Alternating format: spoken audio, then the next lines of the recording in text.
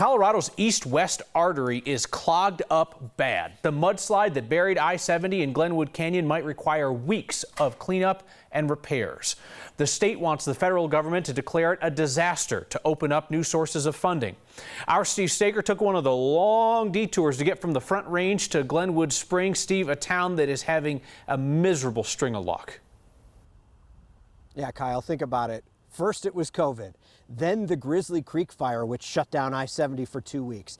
Now, constant flash flood warnings, which shut down the highway, and mudslides, which do damage to and shut down the highway even longer.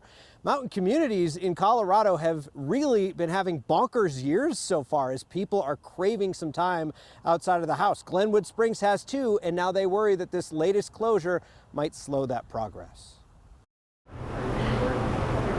Welcome to the Hotel Colorado. It's awesome. This is great. Such a lovely place. It's the first time that my family has gone out and had a vacation. Such a busy place. This year has been beating all records for the last couple months in the history of the hotel. It's just been fantastic and great comeback after COVID and the Grizzly Creek fire. The hotel's GM, Christian Henney, says even with I-70 closing sporadically this summer, perfect. Glad you came. Guests Enjoy your stay, have mostly dealt with it.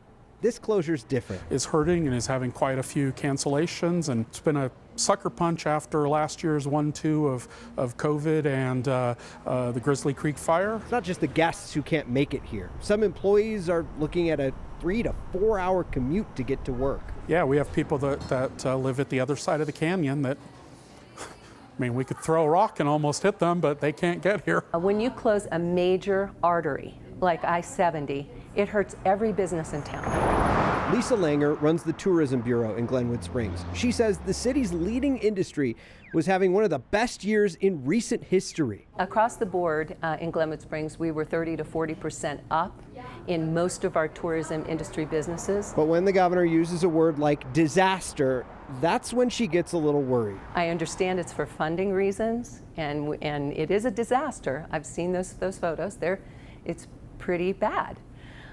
So I hope that won't deter people from visiting, because we're open for business. The drive was okay. We took Independence Pass, and it wasn't too bad. These determined guests found their way here to Glenwood Springs. It was just a little further of a drive. Plenty of room at the Hotel Colorado. I'm going to stay positive and hope that this is just a little blip and we'll get back to business. You could check out anytime you like, but depending on the status of the highway below, you may never leave.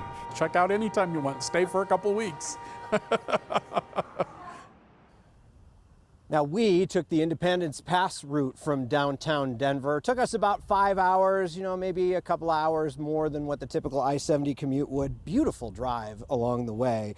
The tourism director for Glenwood Springs says that is going to be their next challenge, is convincing people, especially from the Front Range, who might come out here to Glenwood Springs to visit and use those highway detours. And then when I-70 does eventually reopen after all that work is done, reminding people that there are alternate ways to get home should the highway close down because of a flash flood warning, which, by the way, Kyle, within the last hour, we got an alert on our phones here about a flash flood warning in that same area. It's set to expire here at about 10:30.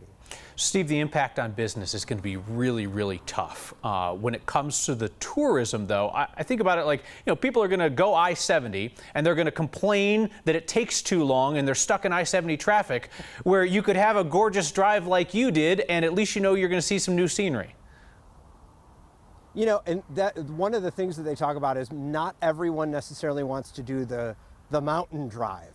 The drive over Independence Pass, which could get a little bit tight. It was the first time I ever went over Independence Pass. It's a little tight every now and then. But they'd like to try to convince people that if they're up for that adventure, if they've been here long enough, they've done some mountain driving, that they should be able to figure it out. And yes, we're accustomed to waiting a long time to get to where we're going here. We ought to be able to figure it out for this. You're not really selling it, Steve. No, we appreciate you taking the long drive to Glenwood and talking to the folks out there. Thank you, Steve.